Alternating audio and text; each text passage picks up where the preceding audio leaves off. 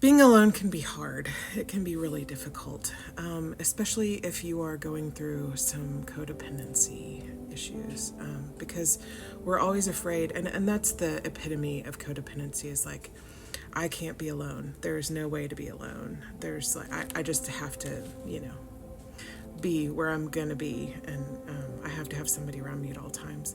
And what that tells you is that there's something that you don't want to be alone with, that's going on in here or in here. It's like I can't go through all of the stuff that's happening with me. I can't do it. You know what I mean? And so when you're trying to heal, being alone is necessary. I'm going to tell you, and it's one of those double-edged swords that you have to kind of conquer. And whenever I think about healing, it's almost like the fool's journey. It is the fool's journey, basically.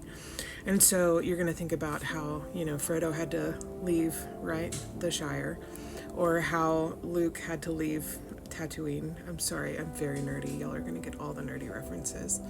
Or how, let's see, oh, Buttercup, she had to get married to the king, and Wesley had to go and be Dread Pirate Roberts and all that kind of good stuff.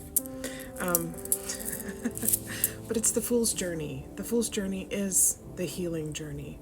And that's what you have to remember. And so being alone sometimes is okay. You have to go through the hard things to get to the end, to destroy the ring. You know what I mean?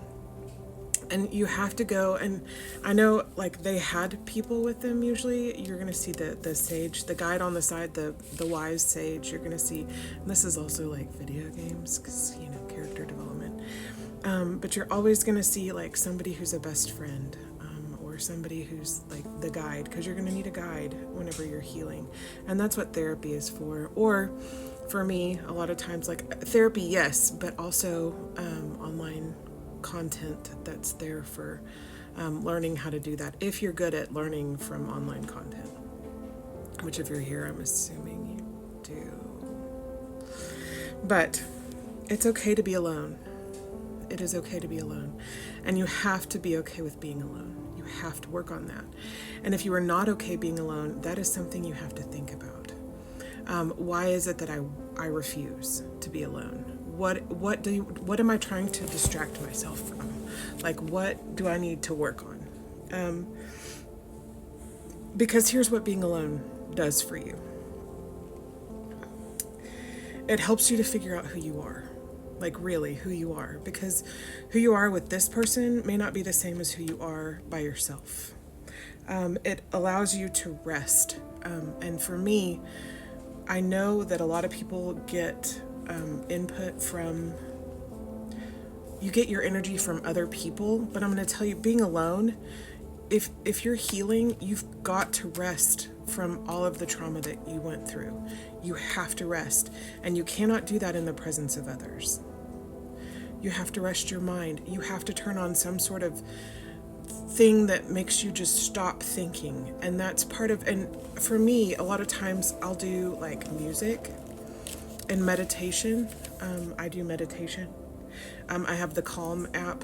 I don't know, it costs money, but I thought it was worth the purchase, because I would rather have somebody guide me through meditation than actually try to sit there and think, because my brain goes everywhere whenever I'm doing the whole meditation thing. It's a practice. Because my brain never stops. But that allows me to stay in the present and to like connect to whatever it is that I need to, like my body. It's my actual body I have to connect to, instead of living somewhere in my thoughts. And it allows me to focus. Being alone allows me to meditate. And that's a good thing. You got to learn how to have some sort of practice of alone time where you, and a lot of people do, like if you're a Christian, it's a quiet time. You do your Bible study. If you're into Buddhism, it's the meditation and the practice. If you're healing, a lot of times, like I'll use my journal. That's when I do my journaling, and I just am living in the present. And the meditation, of course, because the meditation helps me with the journaling. It helps me with that stuff. So it allows you to rest. And those are the things that you need to do, is the practice of being present, resting, not letting your mind continue in those circles for constant amounts of time. It allows you to really heal when you do that. You're not going to heal when you're distracting yourself with whatever it is that you distract yourself with. So if you're sitting there, you're distracting yourself with drinking, or you're distracting yourself with whatever other things that you do, if you're distracting yourself with work, all of that stuff, it works for a time, but at some point you're going to have to put that down. And you're going to have to face whatever it is that's the demon that you're avoiding. And when I say demons, I mean the thing that you struggle with daily. And it's like a nonstop struggle. And we all have them. You might as well acknowledge that we all have them. We all do. It's not abnormal that you have this. You are not weird for having that. That's just part of being a human. And it's part of what you're supposed to work through on this journey, is dealing with the thing that's here. Being alone allows you to become. And when I say become, it allows you to become your purpose. It allows you to figure that out. Like, what is my purpose? Being alone allows you to figure that out. If you can't be alone, you're going to struggle trying to figure that one out. Because people are going to put their purpose onto you. And your job is to figure out how to do this self-directed thought, not the lemming thought. Don't just follow. Being alone allows you to stop following and to stop people pleasing. Because when you are in a crowd of people and you cannot be alone, that tells me that you've got some people-pleasing tendencies. And so the things that you need to get done in this lifetime will not be accomplished unless you are allowed to be alone and you're allowed to figure out what your purpose is. Being alone allows you to face your demons. I've talked about that. Sorry. It allows you true independence. And so this is for my Peter Pans out there, and my people who want independence, but they're so afraid of it.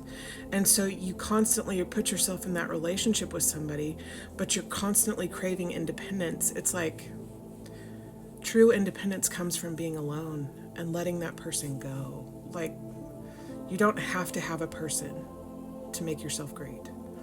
And if you feel that way, that's something that you need to address. That tells me there's some codependency going on, and there's some things that you're avoiding by being with that person. It's just an avoidance tactic, and it keeps you from healing so that you can serve your purpose.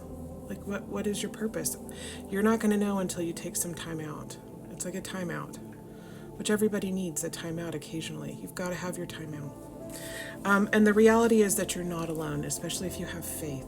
If you have faith, you are there and you are with the divine. You are with God. You are with the universe. You are with spirit. Whoever it is that you believe in, that is when you have that time. And so, like, if you're into the Bible studies, that's when you commune with the higher power. The meditation, it allows you to become one with it. You know what I mean? So this is when you start connecting to some sort of higher power, some sort of spirituality, is when you're alone. And even if you don't believe in any of that, it's just your higher self, the version of you that is the highest version of you can become. And that also is something to think about. I don't know the answers, so I'm not going to give you the answers on that one, because I am not divine myself. So I'm just a person. But being alone allows you to release all that anger and all that hurt and all that fear and all of that. It allows it to happen, even if it's uncomfortable. Being alone allows you to release. It allows you to go out into nature. It allows you to commune with your own thoughts. It allows you to release the things that you are holding on to for dear life that are like weights on your shoulders. Anyway, I gotta go. Bye.